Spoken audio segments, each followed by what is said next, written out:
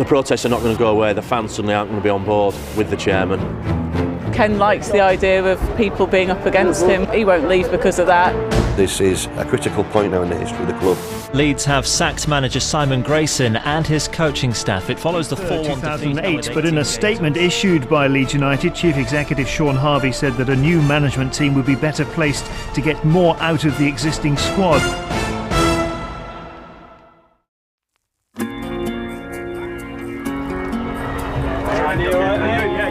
A midweek defeat, the departure of manager Simon Grayson and the sale of yet another key player in Johnny Howson mean the murmurings of discontent at Leeds United are becoming slightly more audible.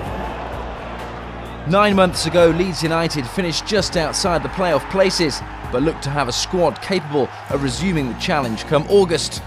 Since then, the spine of that team has been somewhat dismantled. There's still plenty of quality in the Leeds squad, and their promotion race is far from run, but the club's transfer policy is coming under scrutiny. The fact of the matter is, it seems to be that we sell the quality. Johnny Howson's our captain. He's a homegrown young talent from Leeds, and we sell him.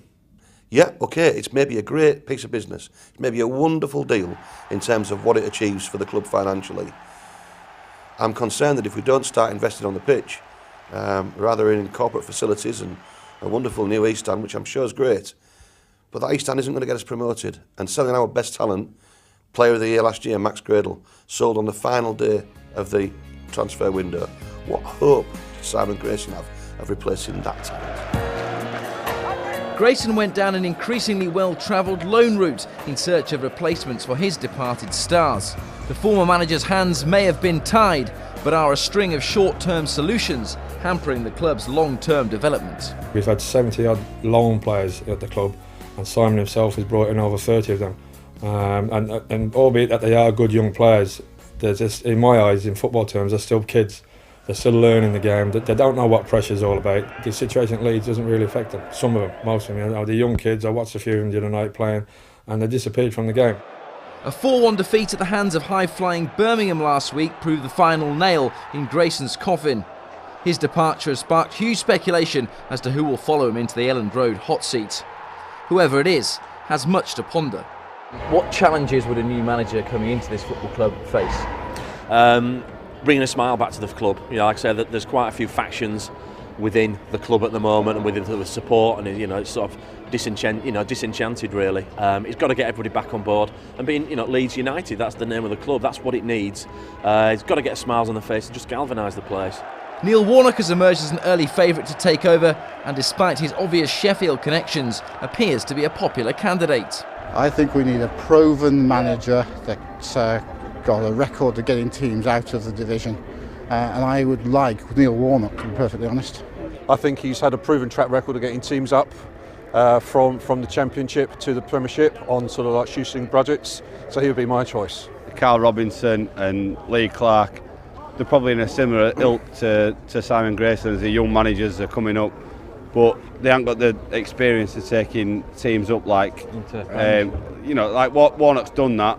He's the obvious one. He can get people promoted, but then do you sack him at the end of it and get someone to keep you in the Premier League? I don't know. But Warnock's departure from previous club Queen's Park Rangers was tinged with acrimony. The Yorkshireman didn't see eye to eye with owner Tony Fernandes on aspects of the club's transfer policy. Perhaps the type of falling out that's a little too close to home. If you want an up and down, a rocky ride, you bring in Neil Warnock. He will upset the fans, he'll upset the players, he will upset the chairman.